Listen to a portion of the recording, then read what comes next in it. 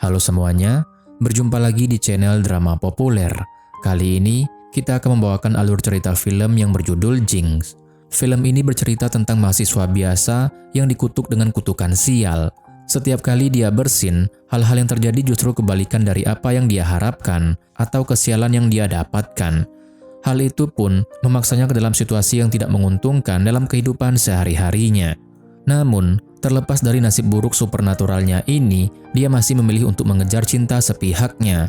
Dia percaya bahwa tidak ada yang tidak dapat dia capai jika dia terus berusaha kuat. Nah, akankah kutukan sial itu benar-benar menjadi keuntungan atau terus merugikannya? Penasaran? Mari langsung aja kita masuk ke alur ceritanya.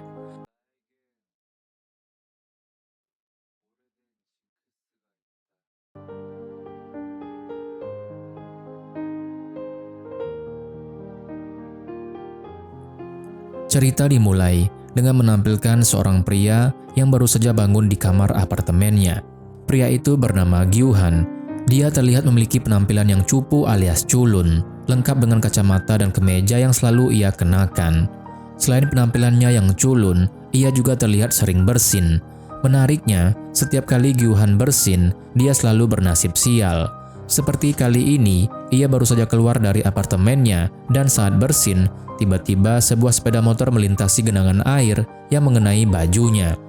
Meski mengalami berbagai musibah, Gyuhan tetap semangat menjalani harinya. Ternyata, ini karena dia menyukai teman sekelasnya di kampus yang bernama Chanmi. Ia sering mengagumi Chanmi lewat foto-fotonya yang ada di ponselnya. Ketika Gyuhan melihat melalui ponselnya, dia pun mengetahui bahwa ulang tahun Chanmi sudah dekat. Untuk itu, ia berencana membelikan kado berupa tas branded dengan harga mahal untuk sang gadis pujaan hati. Karena alasan ini, Gyuhan semakin banyak bekerja paruh waktu.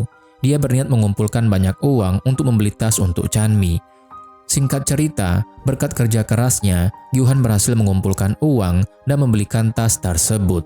Lalu, dia memberikan tas itu kepada Chanmi, tapi itu bukan akhir yang bahagia bagi Gyuhan. Kehidupan Gyuhan sendiri tidak banyak berubah. Saat bekerja paruh waktu dengan Sekyong, gadis cantik yang menjadi rekan kerjanya, Gyuhan tiba-tiba bersin. Seperti biasa, setelah bersin, nasib buruk akan menimpanya.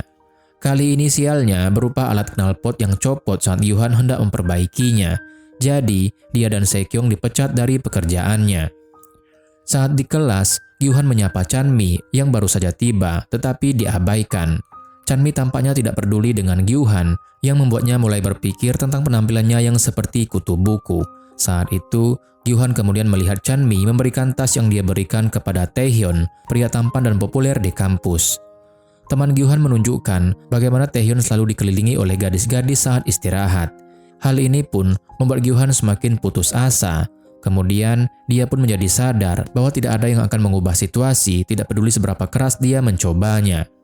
Gyuhan benar-benar merasa sedih sehingga dia memutuskan untuk pergi minum sendirian setelah kuliah.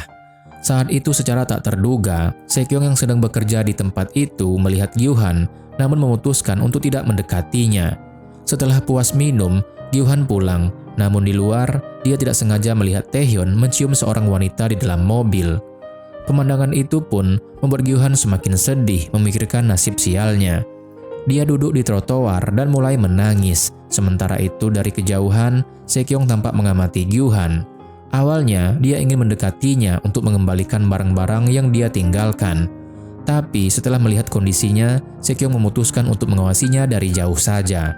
Kesedihan Gyuhan belum hilang dan dia kembali ke rumah dalam keadaan lesu. Begitu berada di dalam rumah, Gyuhan pun terkejut melihat seorang pria parubaya duduk di sofa dengan jaket bertudung menutupi wajahnya. Saat melihat Gyuhan sudah pulang, pria itu membuka tudung jaketnya dan Gyuhan pun mengenali pria itu sebagai pamannya yang bernama Hyoksu. Awalnya, Gyuhan akan mengusir Hyoksu, tapi dia menghentikan niatnya ketika Hyoksu berbicara tentang kutukan yang telah diturunkan dari generasi ke generasi dalam keluarga mereka. Kemudian Hyoksu menjelaskan bahwa bersin yang dialami oleh Gyuhan selama ini menyebabkan nasib buruk dan juga bisa membalikan ucapan dan keinginannya. Kemudian, pamannya memperingatkan Gyuhan untuk berhati-hati jika ingin menggunakan kutukannya. Jika dia menggunakannya lebih dari batas yang wajar, maka Gyuhan dapat mengalami nasib buruk atau bahkan pembalikan, bahkan tanpa perlu bersin terlebih dahulu. Keesokan harinya, Sekyong menemui Gyuhan untuk mengembalikan kartu ATM yang ditinggalkannya saat minum tadi malam. Ketika mereka sudah berbicara di bangku taman, Sekyong mengungkapkan bahwa dia melihat Gyuhan menangis tadi malam. Saat itu, Hyoksu tiba-tiba datang dan meraih tangan Gyuhan untuk mengikutinya. Rupanya, Hyoksu membawanya ke salon untuk memperbaiki penampilannya. Dia berharap setelah itu, penampilan keponakannya tidak lagi seperti kutu buku. Saat kembali ke kampus, Gyuhan masih terus mendekati Chanmi. Baru kali ini, dia meminta Chanmi untuk bertemu dan berbicara dengannya. Dia bahkan menelpon Chanmi dan memohon padanya untuk menemuinya. Akhirnya, mereka pun bertemu di halaman belakang kampus, dan Gyuhan bertanya apakah benar tas yang pernah dia berikan telah Chanmi berikan kepada orang lain. Tak disangkanya, Chanmi pun mengaku telah memberikan tas tersebut kepada Taehyun. Gyuhan semakin patah hati dan berharap dia tidak lagi menyukai Chanmi sejak saat itu.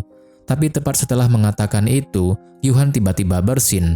Apa yang terjadi selanjutnya sungguh tidak terduga. Setelah Gyuhan bersin, Chanmi segera mendatanginya dan meminta maaf. Dia bahkan tampak tak ingin berpisah dari Gyuhan dan mengajaknya makan malam bersama. Sekembalinya ke rumah, Gyuhan memberitahu pamannya bahwa kutukan itu benar-benar berhasil. Kemudian ia merasa senang dan mulai menjalani hari-harinya dengan ceria. Namun, Gyuhan rupanya tidak berhenti sampai di situ. Setelah berhasil membuat Chanmi dekat dengannya, ia semakin sering menggunakan bersinnya untuk membalikkan keadaan. Bahkan, ia akhirnya berhasil mendapatkan banyak teman dan mendapatkan nilai bagus di kelas. Semuanya berkat kutukan pembalikan yang dia gunakan saat dia bersin. Waktu pun berlalu, hubungan Gyuhan dan Chanmi berjalan dengan lancar. Namun uniknya, Gyuhan justru perlahan kehilangan perasaan padanya. Suatu hari, Gyuhan meminta untuk bertemu dengan Chanmi dan memintanya untuk tidak menyukainya lagi. Ternyata, ada alasan kenapa perasaan Gyuhan pada Chanmi berubah. Gyuhan menyadari bahwa ternyata dia lebih menyukai Sekyong. Kali ini, dia bahkan lebih yakin bahwa perasaannya pada Sekyong lebih tulus daripada Chanmi. Gyuhan pun mulai mencoba mendekati Sekyong. Untuk itu, ia kemudian bekerja paruh waktu di restoran tempat Sekyong bekerja. Gyuhan bekerja sebagai pelayan di restoran, dan dia melakukan semua yang dia bisa untuk mendekati Sekyong. Tapi, sikap Sekyong selalu dingin. Tak hanya itu, Sekyong bahkan sering terlihat kesal saat Gyuhan mendekat untuk membantunya. Meski mendapatkan respon yang kurang positif, Gyuhan tidak ambil pusing. Selain berusaha mendekati Sekyong, dia kemudian berulang kali mengatakan kata-kata akan membencinya. Dia berharap keadaan akan berbalik ketika dia bersin, seperti yang terjadi pada Chanmi. Saat akhirnya dia bersin, Gyuhan yakin perasaan Sekyong padanya akan berubah. Hanya saja, yang terjadi tidak seperti yang diharapkan. Sekyong masih terlihat kesal saat Gyuhan mencoba mendekatinya.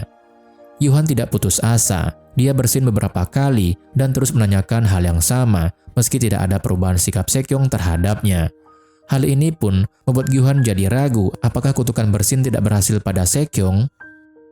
Keesokan harinya di restoran, Gyuhan memberanikan diri untuk bertanya pada Sekyong tentang perasaannya. Dia bertanya, apakah dia menyukainya? Sekyong menatap Gyuhan dengan tatapan aneh, lalu menyuruhnya untuk segera mengisi botol saus yang kosong itu. Dia sepertinya mengabaikan pertanyaan Gyuhan sama sekali. Waktu pun berlalu, dan adegan bergeser saat Gyuhan ada di rumah. Dia tiba-tiba mendapat telepon dari Minchol, siswa paling populer di kelas. Minchol menelpon untuk mengajak Gyuhan keluar untuk minum bersama teman-temannya. Gyuhan setuju dan mereka berkumpul di restoran tempat dia dan Sekyong bekerja. Saat mereka melihat Sekyong bekerja sebagai pelayan di restoran, Minchol dan teman-teman lainnya mulai mengolok-oloknya. Mereka mengatakan bahwa Sekyong sebenarnya adalah teman sekelas mereka. Hal itu pun mengejutkan Gyuhan karena dia belum pernah melihat Sekyong di kelas sebelumnya. Salah satu teman Minchol yaitu Sujin menjelaskan bahwa Sekyong saat ini sedang cuti kuliah. Kemudian, Sujin dan teman-temannya mulai menceritakan semua rumor yang mereka dengar tentang Sekyong. Suatu hari, Sekyong secara tidak sengaja bertemu dengan Minchol dan pacarnya di taman. Keduanya terlihat berkelahi sehingga Sekyong mendekatinya. Setelah itu, Sekyong mengungkapkan sifat asli Minchol yang ternyata seorang playboy. Hal ini pun membuat Minchol jadi kesal dan dia mencoba meraih tangan Sekyong dan menariknya untuk berbicara sendirian. Tepat saat itu, Gyuhan tiba-tiba datang dan meraih tangan Sekyong. Sekyong mulai menceritakan semua hal yang sebenarnya tentang rumor yang diceritakan oleh teman-temannya di restoran tadi. Dia mengungkapkan bahwa dia dan Minchol berkencan, tetapi mereka menyembunyikan hubungan itu.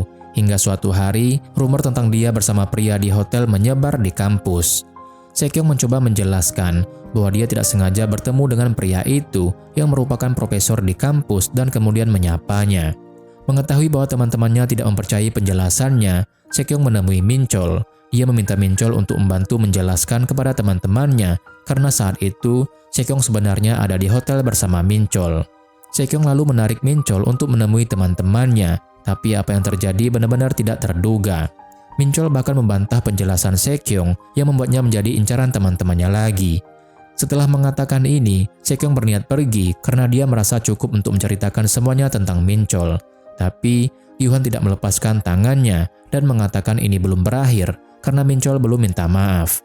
Tepat setelah itu, Gyuhan bersin, jadi keadaan berbalik dan Minchol berlutut untuk minta maaf kepada Sekyung. Di seberang jalan, Chanmi terlihat merekam semua kejadian itu. Keesokan harinya, video yang direkam oleh Chanmi rupanya menjadi viral. Semua teman Minchol kemudian minta maaf atas rumor yang tersebar. Sementara karena videonya tersebar luas, Minchol tidak pernah kuliah lagi. Adegan berpindah lagi di restoran. Salah satu pelanggan pria bertanya pada Sekyung apakah dia sudah punya pacar. Sekyung menoleh ke arah Gyuhan lalu menjawab bahwa dia saat ini tidak punya pacar meskipun ada seseorang yang dia sukai. Gyuhan segera mendekati Sekyung dan bermaksud menanyakan kata-katanya tadi. Hanya saja dia ingat bagaimana Sekyung dulu mengabaikan pertanyaannya sehingga dia tidak bertanya. Tapi Sekyung sebenarnya dengan berani mengatakan bahwa dia menyukai Gyuhan yang membuatnya sangat senang. Malam itu pun, setelah restoran tutup, Gyuhan dan Sekyung pun berciuman. Keesokan harinya, Gyuhan dan Sekyung pergi berkencan. Mereka makan kue bersama di kafe, lalu jalan-jalan sampai malam. Sebelum pergi, Gyuhan mampir ke toko bunga dan membelikan rangkaian bunga untuk Sekyung. Hanya saja saat itu, Gyuhan melihat Hyoksu dipukuli oleh seorang pria. Hyoksu kabur, dan dia rupanya mengenali Gyuhan sebagai keponakan Hyoksu dan berniat untuk menghajarnya. Saat Gyuhan pasrah dipukuli, Sekyung datang meraih tangannya dan memintanya untuk kabur. Kemudian, mereka bersembunyi di gang sempit dan meskipun Sekyung selalu memegang tangannya, Gyuhan malah khawatir dengan perkataan pamannya tentang kutukan yang telah melampaui batas. Hari-hari pun berlalu, dan Gyuhan melihat luka di lehernya. Saat berkonsultasi dengan Hyoksu, dia menjelaskan bahwa satu-satunya cara untuk menghindari kutukan adalah dengan membenci Sekyung. Gyuhan merasa dia tidak akan pernah bisa membencinya. Saat bekerja bersama di sebuah restoran, Gyuhan mencoba menghindari Sekyung dengan harapan dia akan membencinya. Dia mengelak saat Sekyung mencoba menyentuhnya dan beralasan bahwa dia sedang sakit saat Sekyung mengajaknya untuk berkencan. Setelah mengetahui bahwa Gyuhan sakit, Sekyung datang ke kampus untuk mengantarkan obat. Namun saat itu, Sekyung melihat Gyuhan berbicara dengan seorang gadis. Gyuhan baru sadar ada pesan dari Sekyung yang memberitahunya bahwa dia ada di kampus. Tepat pada saat itu, Sekyung mendekatinya dan menyerahkan obat yang dibawanya tanpa banyak bicara. Gyuhan pun merasa bersalah dan setelah Sekyung pergi, dia mengirimkan pesan memintanya untuk tetap mempercayainya. Adegan pun berpindah ketika Gyuhan dan Sekyung akhirnya kembali berkencan di sebuah kafe. Bahkan kemudian, Gyuhan tidak mengatakan apa-apa. Sekyung memikat Gyuhan dengan mengatakan bahwa mereka harus jujur ketika mereka punya masalah tertentu. Tapi Gyuhan bersikeras tidak apa-apa. Akhirnya Sekyung kesal dan akan meninggalkan kafe. Saat itu, seseorang menabraknya dan menumpahkan kopi di bajunya. Sekyung pun jadi panik karena dia akan segera melakukan wawancara kerja. Singkat cerita, Sekyung terlambat untuk wawancara dan merasa sangat sedih. Kesedihannya semakin menjadi karena Gyuhan menepis tangannya saat Sekyung hendak menggenggam tangannya. Akhirnya dia meninggalkan Gyuhan sendirian. Di rumah, Gyuhan merasa sangat sedih dan menangis sendirian. Dia merasa sangat hancur karena dia tidak benar-benar ingin bertindak seperti itu pada Sekyung, tetapi dia tidak punya pilihan lain.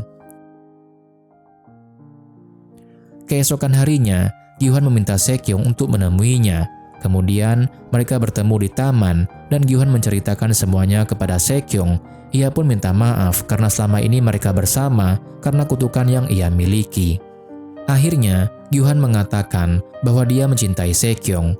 Sekyong mendengarkan penjelasan Gyuhan dan hanya menjawab bahwa dia juga mencintainya dengan tulus dari lubuk hatinya. Dia yakin perasaan itu bukan dari kutukan. Gyuhan pun merasa sangat tersentuh dan memeluknya. Ia berharap ini bisa menjadi awal dari hubungan mereka yang lebih baik di masa depan. Setelah beberapa lama, Sekyong akhirnya kembali ke kampus.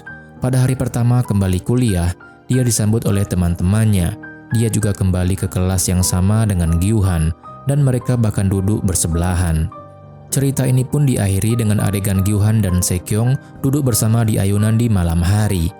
Mereka terlihat sangat bahagia dan bergandengan tangan. Namun tidak lama kemudian hujan pun turun begitu deras, sehingga mereka harus lari agar tidak kehujanan. Meski bernasib buruk, Gyuhan dan Sekyong tidak melepaskan tangan mereka. Pesan moral dari cerita ini adalah bahwa cinta yang paling tulus dari hati akan mampu mematahkan kutukan. Selain itu, kemalangan akan tetap terasa bahagia ketika dihabiskan bersama orang yang dicintai. Dan cerita pun berakhir.